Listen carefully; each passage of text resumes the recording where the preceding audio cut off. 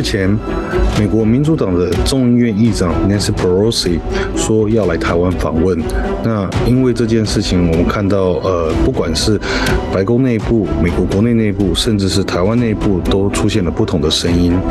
一开始，拜登透露说，美国的国防部曾经警告，或者是有提出一些疑虑，认为 Nancy Pelosi 对台的访问有可能会遭到中国的一些反抗。那当然，这也不单纯只是反抗嘛，因为中国的外交部这几天也连续的持续了大概4次之久，对于 Nancy Pelosi 访台这件事情呢，提出了严重的警告。这不单单只是警告而已，甚至是对于 Nancy Pelosi 这个行程，中国或者是所谓的人民解放军，甚至考虑以所谓的一个军事行动来采取对抗。当然，最后其实大多数不管是国内外的学者，甚至是中国的学者，都认为说，这样的一个访问的一个行程，最后要演变成美中之间的一个军事冲突，可能性是不大的。不过目前来说，中国的确持续在放话。那除此之外呢，美国的前国务卿 Mike Pompeo，甚至也在推特上面去发文说，希望跟 Nancy Pelosi 一起来到这个所谓的爱好自由的台湾。那这些众多的言论，不管是从中国对 Nancy Pelosi 访问行程的一个症结，或者是从 Mike Pompeo 的这样的一个发言，某种程度都让所谓 Nancy Pelosi 访台这件事情，其实几率都大增。因为从国际政治的角度来说，中国如果一直放话，认为 Nancy Pelosi 来台湾是会招致严重的后果，那如果 Nancy Pelosi 不来台湾，某种程度是不是代表了民主党在这件事上面有点过于胆小，或者是所谓的屈坑傲了呢？除此之外，Mike Pompeo 作为共和党党员，如果今天他都说他要来台湾访问，然后他愿意跟 Nancy Pelosi 一起来，那 Nancy Pelosi 如果不去，或者是当然跟他一起去，其实某种程度不大正常嘛，因为一个民主党的众议院议长跟一个前国务卿，尤其是在党派不同的一个条件之下，一起去访问台湾，他们的目的其实不大一样，而且所要做的事情也不尽相同，所以一起去不大可能。但是如果他讲了这句话，而 Nancy Pelosi 却还不去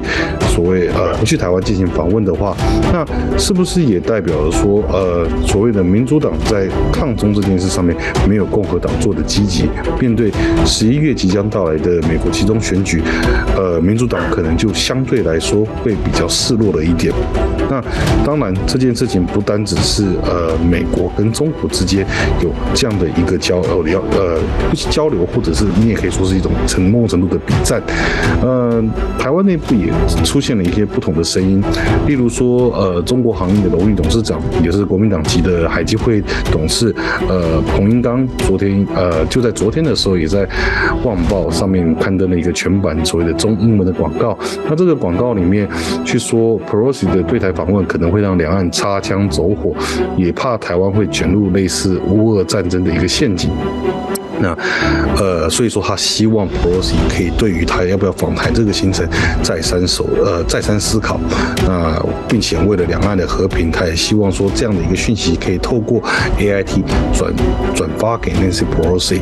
那你看到国内，当然我觉得以现在执政党政府、民进党政府来说，他们大概不会发出任何的消息。不过国民党目前已经有一些人是散播出不同的一些讯息了。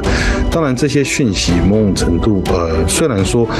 Nancy Pelosi 访问台湾，大概也不会去针对以台湾内部的一个声音的错杂所去做出这样的一个考量，但是我觉得重点还是要回归到于说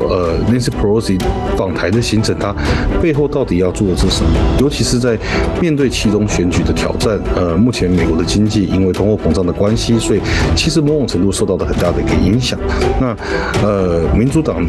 现阶段来讲是一个 majority government， 就是一个一致性的政府，也就是不管是在参议院、众议院，他们都拥有多数席次，而且在白宫现在也是民主党在执政。那在这样的条件之下，如果经济搞得不好，他们横竖都还是要付出一定程度的一个政治责任。所以说年底选举其实对民主党来说选情其实非常不看好。那 Nancy Pelosi 访问台湾，或者是去持续散发出一个战略清晰，相对来说战略比较清晰，而且同时间继续抗中的这样的一个讯号，到底对于国内政治的选情有多大的一个影响？同时之间，如果 Nancy Pelosi 最后决定要来访问台湾，那其实也不大可能是单纯为了议会，就是众议院跟台湾之间的一个交流。毕竟 Nancy Pelosi 在民主党的党内里面，他的身份非常重要，所以最后我们认为说，至少从很多智库学者的角度来看，他的台湾的访问行，毕竟应该还是会为了拜登而做某种程度的桥梁，所以最后他到底会不会来这件事情，虽然说现在这种美中之间的一个叫嚣，可能让 Nancy Pelosi 访问台湾的机会反而会更高，但是最终还是要取决于他自己的团队，民主党的团队，以及他跟